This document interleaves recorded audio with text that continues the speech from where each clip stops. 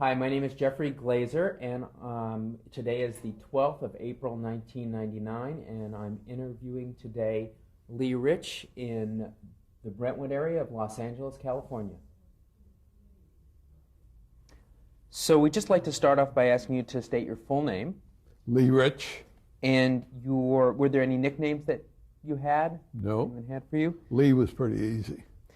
Your birth date? 12/10. 12/10. I never give my year of birth. Okay. And the city and country of your birth? Cleveland, Ohio. Great. We're going to start just talking about the earliest years, where you grew up. Grew up in a suburb of Cleveland, Shaker Heights, and then I went to school there, and I went to Ohio University in Athens. And can you tell us a little bit about your mother and your father? My father was a banker. My mother, I'm half Jewish and half Irish. My mother came from Ireland. And I worked very early. I was selling that proverbial thing of delivering newspapers, which I did, and just wanted to get out and do things, basically. And going back for a second, your father worked as a banker. Did he work? Well, he was I think the word is a little grand for banker. He worked in a bank, basically. And your mother worked? No, my mother didn't work. She was a housewife. Housewife. And what kind of influence did they have on you? I think they had the influence of hard work. If you worked hard, good things would happen. And did you have any brothers and sisters? I have a sister who's 6 years younger than I am. And where does she live? Florida. Florida. Can you talk a little about your childhood activities, what you liked, what you did as a kid? Well, I liked baseball, and I was pretty good at that. And that was basically my basic, as far as sports were concerned. The other thing I did was just, I wanted to work. And I got a job during the summer. And I just wanted to get out and do things. So I'm repeating myself, but that was exactly what I wanted to do.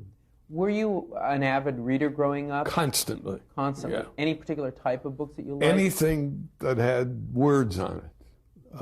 I'd go to the library and take 6 or 7 books out, or as many as I could, read them and bring them back. My head was always working, and I loved to read, which I still do today.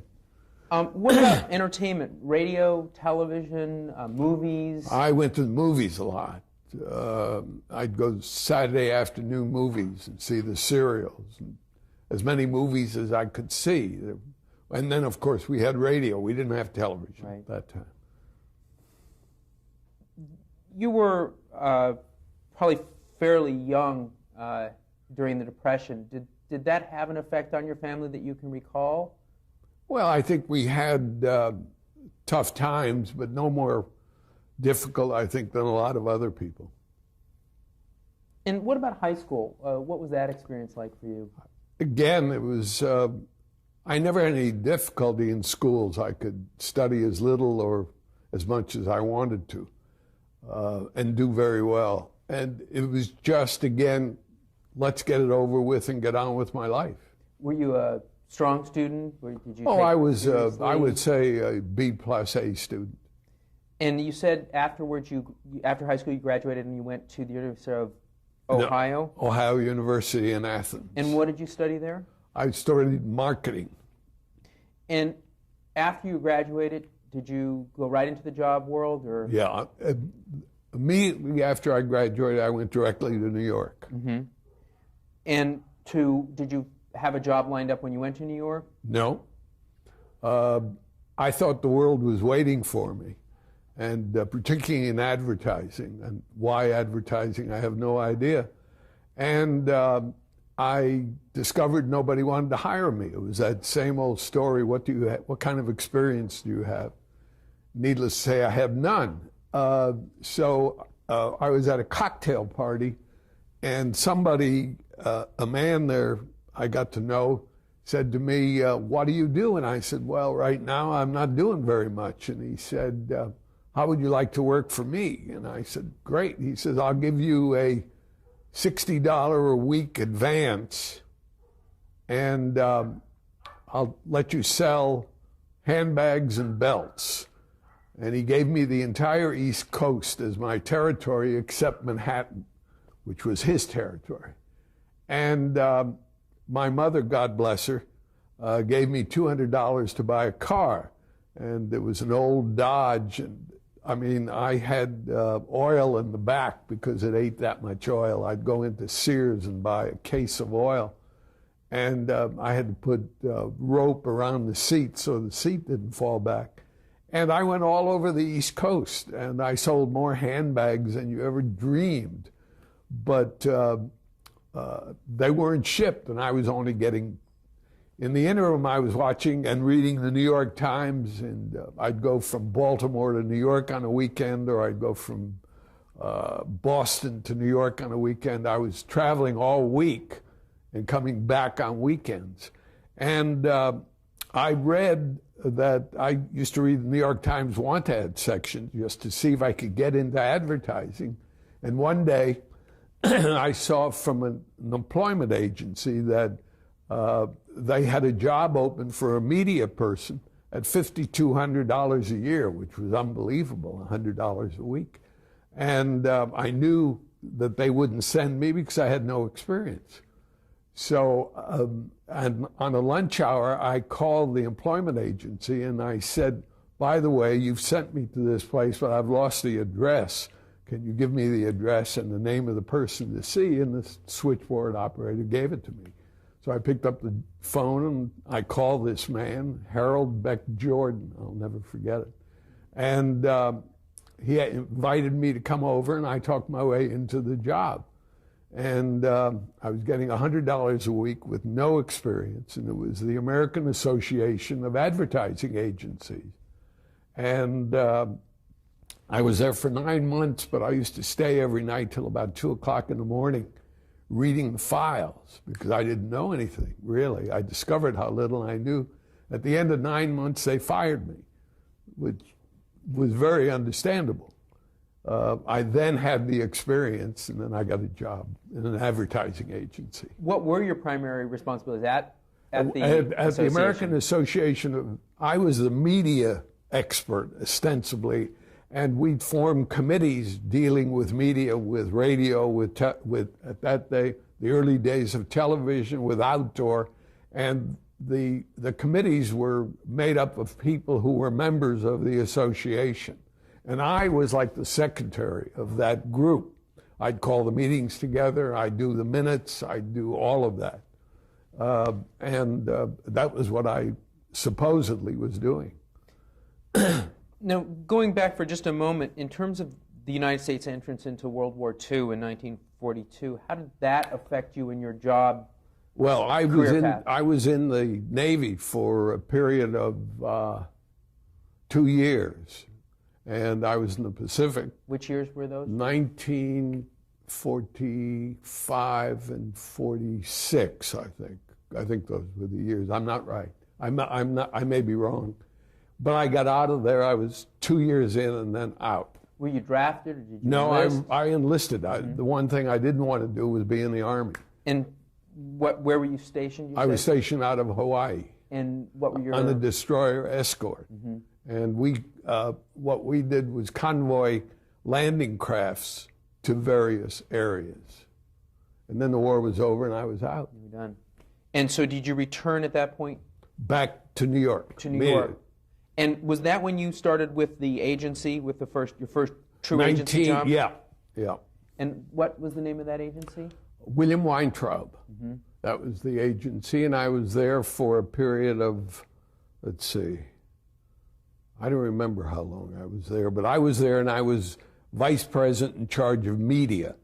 And it was a small agency and became the Norman B. Norman agency later on. I had about 10, 12 people working for me, but I had the experience from the 4As and read a lot and understood a lot. The 4A's? The American Association of Advertising Agencies. And I was at the Weintraub Agency, I think, for a period of 9 months or a year, I'm not certain. And then a friend of mine ran the media department at Benton and Bowles. And he hired me to run a group. At that time, Benton and Bowles was like the 5th largest advertising agency in the world, and had Procter & Gamble and General Foods and Philip Morris and all major clients. And he hired me to run the Procter & Gamble group. And immediately I knew how little I knew, immediately, because Procter & Gamble was the most sophisticated advertiser in the world and had the calling of like 10 or 12 advertising agencies. And I dealt with the media group there. And what I did not know and what they didn't tell me was that about 4 or 5 other people preceded me in that job and all got canned.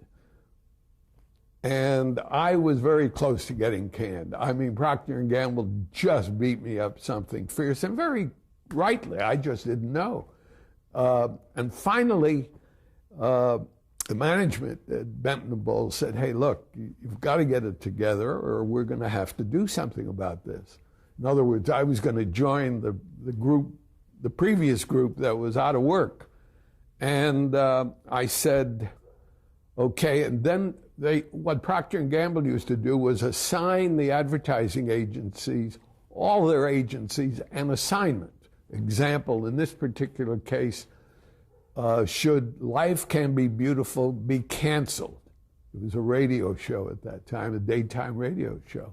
And then what you would do is write up your recommendation in the Procter & Gamble form, which was at the beginning the recommendation and then the reasons why of the recommendation. And at that point, they would ask all their agencies to submit their recommendations. And I stayed up till 2 and 2:30 in the morning and wrote that recommendation. And it was accepted by Procter & Gamble with open arms. And from that time on, I had no more problems. I became Procter & Gamble's leading agency. And at that time, they used to have a book that I forget what they used to call it, but it would be the best recommendations from their agencies. In other words, the best one from 5 agencies or 6 agencies. And by the time I left Benton and Bowles, I had more recommendations in that book than anybody previous. So then I got deeply involved in the radio, and then I took over the media department. Fellow who hired me was retiring, and they appointed me the head of the media department. And that was a department of about 120 people. And we were the buyers. We were the big buyers, radio, television, outdoor. In those days, the early days of television started. Which I'd like to just, if I can for a moment, interrupt. When was the first time you heard of television? Oh, I heard of television. I assumed when I was very young. I mean, the word television, I could dream about it, and there were enough articles about it. I couldn't give you the date. Do you remember when you first saw television and where? Yeah, I saw television very early on a small black and white set, and I'm not sure where I saw. I think I saw it at Benton and Bowles. I think we were looking at television in those days, and but I can't tell you when. What was your impression when you first Oh, saw I thought it was the most exciting thing in the world. I mean, my God, here up to now it was all oral. Now we could have it, you know, we could see it and hear it, watch it. Now, in working with Benton and Bowles, and ultimately, like you said, sort of heading up the whole media department, were you, when you got to that position, were you reporting to the president? I was appointed to the board of directors. Mm-hmm. I was a senior vice president, and I was one of the major stockholders by that time. And then I took over the programming department. And can you describe what the role was of the agencies in terms of television programming at that time, how that worked? Television started to follow the pattern of radio. Radio's pattern was that all the radio shows were created, produced by the advertising agencies and their clients. In other words, the Jack Benny show was the Jell-O, was General Foods created that. Their advertising agency created that. So in a sense, almost as if you were a network. I mean, what the networks have become. Well, that was what the radio departments were of the advertising agencies, very important departments. They would either hire people to produce those shows or they'd produce them themselves. When I headed up programming, one of the first shows I produced was a daytime serial, Edge of Night, for Procter & Gamble. But to get back to your question, at that time I took over the programming department as well. And television started to follow the pattern of radio. We had no other pattern. So that shows like the Danny Thomas Show and the Andy Griffith Show and Gomer Pyle and many, many others were controlled by the advertiser. They, in some cases, had an interest in, a financial interest in, most cases not. But we would go out to California and hire Danny Thomas or hire Sheldon Leonard to produce those, or hire Carl Reiner. So you would package these? We would be packaging them. You would say, this is the talent that we like. Here it is. The kind of show we want to do. Here's the show. We've seen the pilot. Here it is. And then we would get it on the air, because in those days, the early days, the advertisers controlled the time periods. I remember Jim Aubrey looking at Gomer Pyle and saying, this will never get on the air. This will never get on the air. Who was Jim? Jim was president of CBS. And General Foods picked up the phone and called, and the show was on the air. Just because they were the people that were going to pay for the advertising? They were the big advertisers. What do you think made for an effective programmer at that point in time? I mean, it was a relatively new medium, but... I think you had to judge, since we were entering a new and different medium, we had to make certain that the people that we worked with, the Carl Reiners, the Sheldon Leonards, all of those people, were people that we had to find and have a great deal of faith in, because truly we didn't know our way around. I was going to ask, in terms of learning this business, was it just trial and error? Trial and error, totally trial and error. You buy a show, you were buying shows that you felt were produced by people that you had a great deal of respect for. You were also buying shows that you felt the audience would like. Danny Thomas was a star, so we wanted a show. General Foods wanted a show with Danny Thomas. So we went to the Danny Thomas organization and Sheldon Leonard, and they put the show together for us. Did you have a mentor at that time? Was there somebody who sort of knew a little bit more than anybody else knew that could sort of steer you through the... No, I just made all the mistakes by myself. And learn from those? Because I was then running the media and the programming department, and was a member of the board of, I was there for 13, 14 years. So when you said media and programming, meaning that both you developed the programs and also you would get the advertisers behind the programs? And also buy radio spots, TV spots, outdoor. To support those. In other words, it was two major departments, both reporting to me at that time. And that's where Grant Tinker was working in the programming area. He reported to me. We'll get to him in a moment. A question about, you mentioned some of the qualities, somebody that you had great faith in, in terms of talent, that somebody who was known or people felt good about. Were there any other particular qualities that you felt were needed to succeed? Writing. The writing? Of course. I mean, I've always worshipped writers. I believe that's where it all starts. And where did you find the writers at the time? Were they also coming out of radio? Well, they were coming out of radio. Some of them were coming out of radio. And then there was a whole brand new crop of people out here who were finding their ways into television. Carl Reiner, for example, found his way into television. Danny Thomas and Sheldon found their ways into television. I think everybody was trial and error in that period of time. And then a whole group of young writers like Persky and Denoff came along, and Gary Marshall did a pilot for me.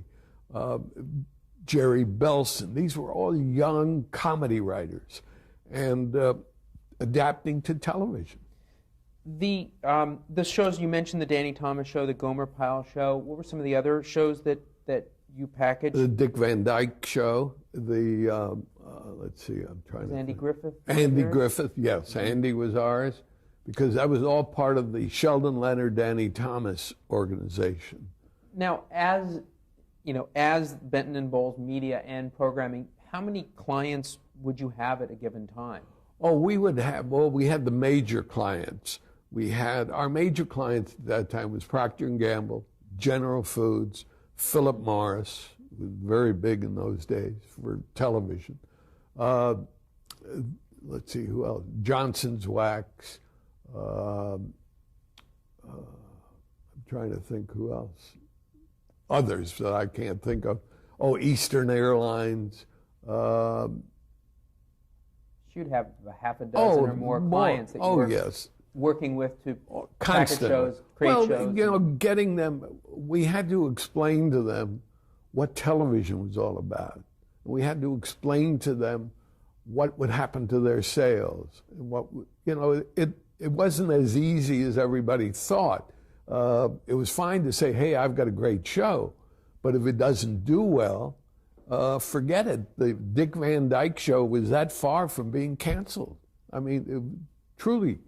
How did you go about convincing these companies that were going to spend a lot of money that this was worth spending it on? I mean, this was a very new medium. What were some of the pitches that you would make? What we would try to do is get them into television spots before we got them into programming, because then we could prove to them that their market share was going up. And then it was like, a child growing up. Everybody had to learn, everybody had to make mistakes, and everybody was extremely competitive. But the end result was an advertiser had to feel comfortable and his sales had to be up. Did you watch the shows as they were televised? Oh, sure. And did you go to the rehearsals? Yeah, and I used to come out to California. We'd come out I'd spend a week in New York, a week out here, a week in New York, a week out here. And were shows primarily shot here? Here? Yeah. And describe sort of the studio. We were shooting shows a great deal at the Desilu Studios. We were shooting shows at what is now Universal. And, everybody was learning. I mean, 3 cameras came into being, and that was a brand new form. So everybody was learning. Everybody was trying to, Dick Powell Productions we were working with, and Aaron Spelling, who was a writer at that time we were working with. So we did The Rifleman, for example.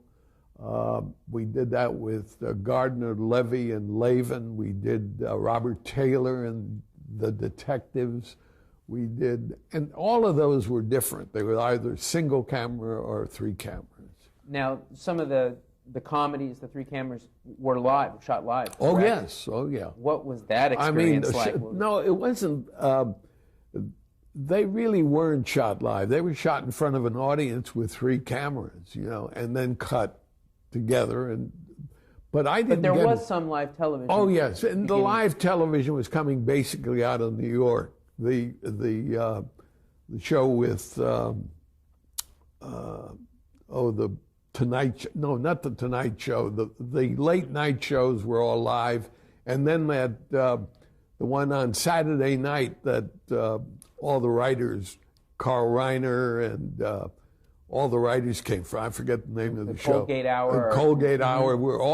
Those were the live shows basically. And would you go to those as well? Did you? If we had clients on them. If we had clients there, I was there, or if I certainly wasn't at every single one of them, but... Was there anything about that experience, that live, was there a certain amount of buzz, or did it just sort of You mean on amplify the live experience? Yeah, the shows? live shows versus the Well- ones that you would shoot in front of a live audience but cut together. I don't know, because we didn't have a lot of the live shows. We stayed away from those. We were companies that were selling products, and we'd rather have 2 shows than the Colgate Hour, for example.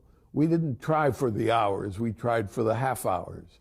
And we tried to get various brands on those half hours. So I wasn't deeply involved in the live shows. Was there a specific reason that you were focused on those half hours? Was it a better marketing device for the... I think it was, and it was something that Procter & Gamble wanted and General Foods wanted, because they all had many, many products, and they treat every product as a separate company. Can you describe a little bit about the relationship between Benton and Bowles and then the networks? I mean, the networks were an entity at the time. In those days, we were the largest we placed the greatest amount of television of any advertising agency in the country. And let me get some water, excuse me. And it had tremendous clout over the network, really tremendous clout. And our clout came from obtaining time periods that were advantageous to us. For example, on Monday night at 9 o'clock, that was all from 8:30 on to 10 o'clock was all General Foods. Danny Thomas, Andy Griffith, Gomer Pyle, they were all General Food shows.